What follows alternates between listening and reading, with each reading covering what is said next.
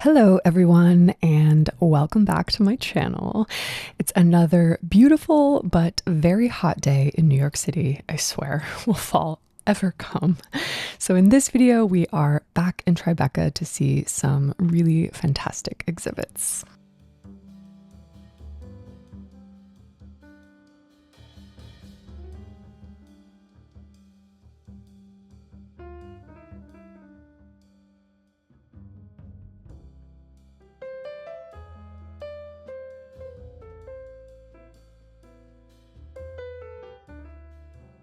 Our first stop is going to be Almine Rech Gallery to see an exhibit by Chloe Wise, an American artist best known for her portraiture. The show is titled Myth Information, which is a play on the words myth and misinformation, which points to the tension between what we can factually prove and the stories or beliefs we create to make sense of the world. Wise has said that she spends much of her time, quote, learning about questions that exceed the empirical and the physical, and these paintings reflect that pursuit. They acknowledge and give form to the non-empirical, so things like spirituality, philosophy, and cultural myths, while exploring the blurred space where fact, fiction, belief, and narrative overlap. And I think that's one of the most beautiful things about great portraiture, isn't it? I think the best portraits capture more than just a person's physical likeness, and Wise has absolutely achieved that here. And while it's common to compare contemporary painters to various Renaissance painters, I think Wise's style genuinely recalls Caravaggio. Her use of light and shadow and the drama and dynamism in which she stages her figures, they just feel so reminiscent of his work.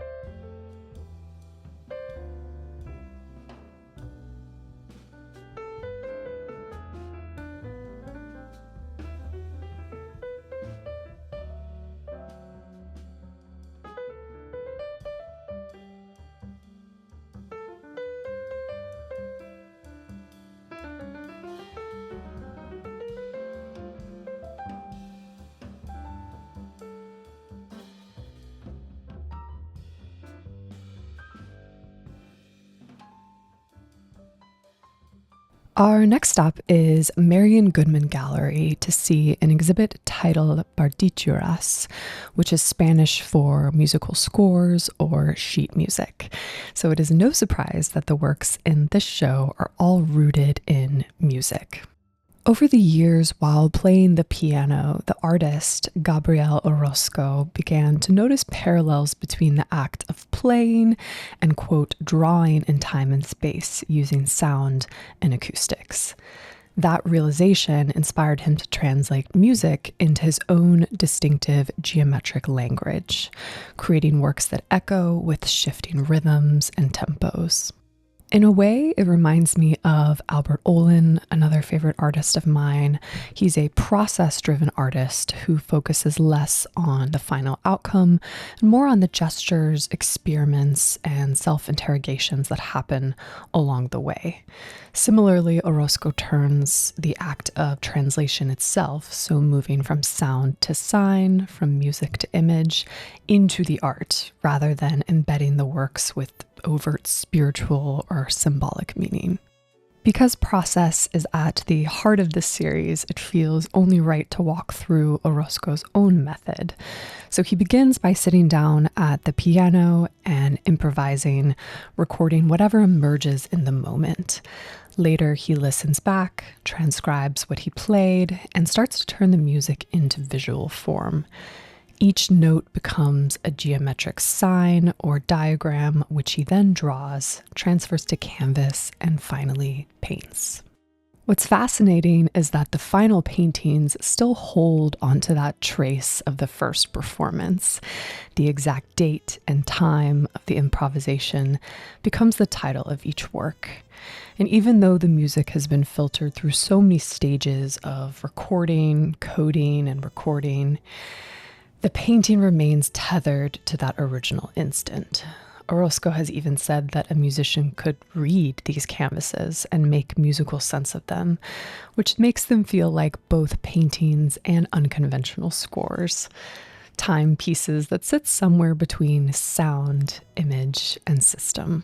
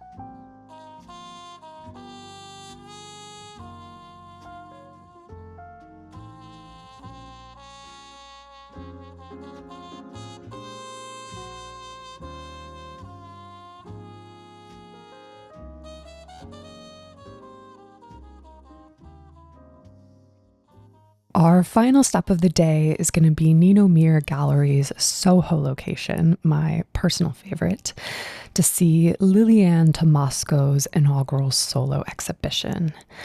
Tomasko is an artist whose work that you've probably recognized from some of my art fair videos. Nino Mier usually has a work of hers on display, so I'm really excited to see a full-blown exhibit from her.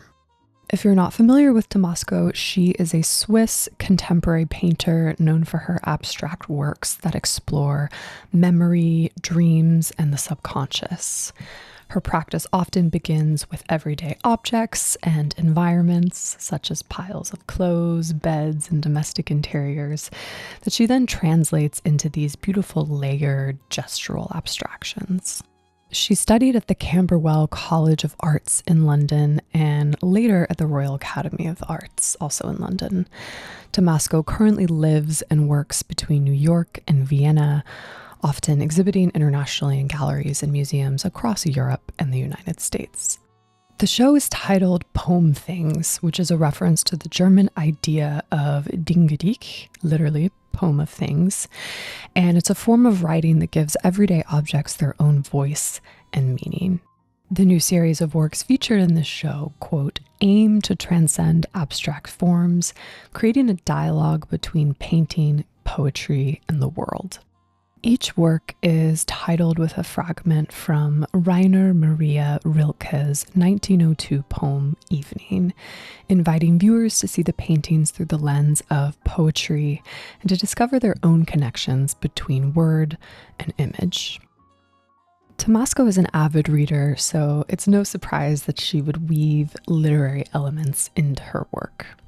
In order to experience the works as they were meant to be, I'll read you the poem while you observe them so you can enjoy the connection.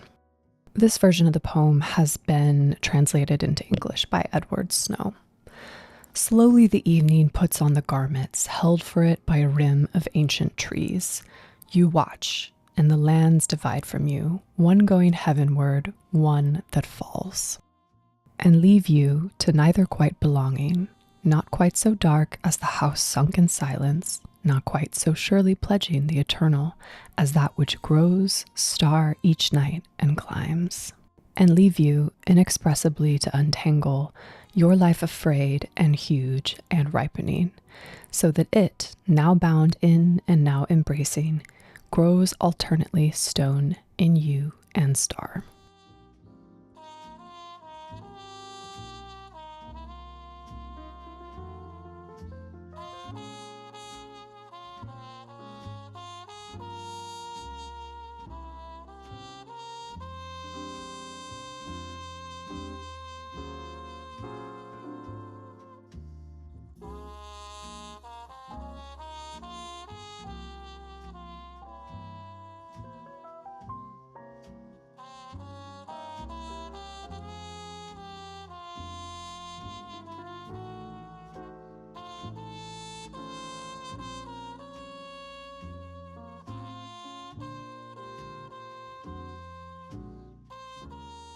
And that's all for this video. I hope you enjoyed watching it, and I will see you all in my next one.